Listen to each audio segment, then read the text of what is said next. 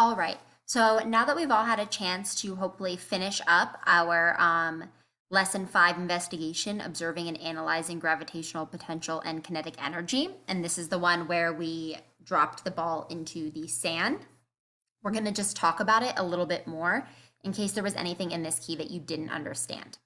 So the first thing that we're going to do is we're just going to go over the demo again and talk a little bit about where we see kinetic and potential energy in this demo.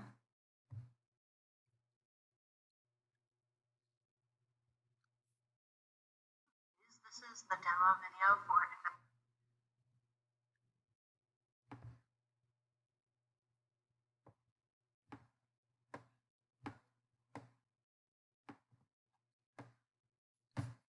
All right.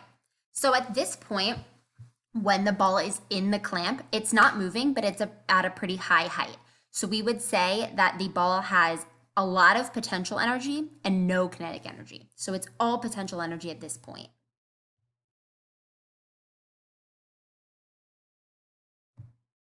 Now let's go back a little bit, if we can. All right. So once the ball's in the air right here, it's not hitting the sand yet, but it's no longer staying still. It's going to have about half potential energy and half kinetic energy because it still has a height. It's not touching the pie plate yet, but it's moving pretty fast.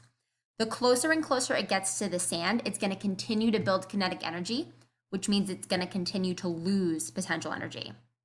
And at that point there, it is in the sand, which means now all of its kinetic energy has gone into the sand. So it's been transferred into the sand.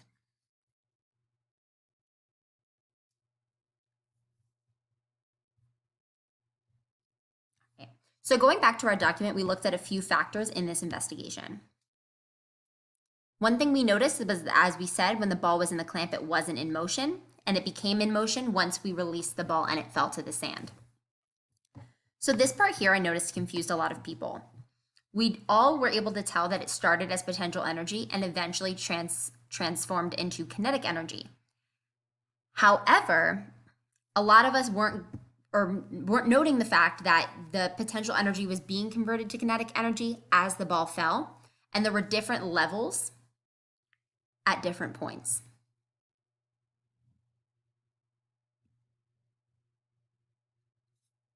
So by now, hopefully we all know that greater speed and greater mass are going to equal more kinetic energy.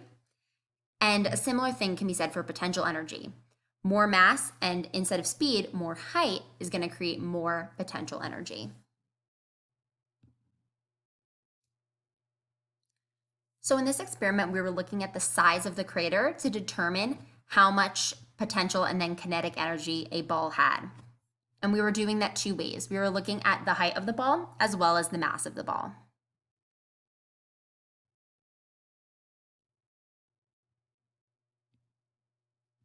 So what we found in this case, if we're looking at these trials, we did two different balls. We did an acrylic ball, which has a low mass, and a steel ball, which has a higher mass. Looking at the steel ball and the acrylic ball, when we dropped them both from the same height, so in this case, 5 centimeters, the steel ball made a crater that was half a centimeter bigger than the acrylic ball. We can see this for 10 centimeters as well. The steel ball now created a crater that was 1 centimeter bigger than the acrylic ball, and so on. So when the height was the same, the steel ball always created a bigger crater than the acrylic ball. That's how we can tell that the steel ball had more potential and then kinetic energy. Now, if we're looking down, we can see the steel ball went from 3.5 to 4.5 to 5.5 centimeters of a crater as the height increased.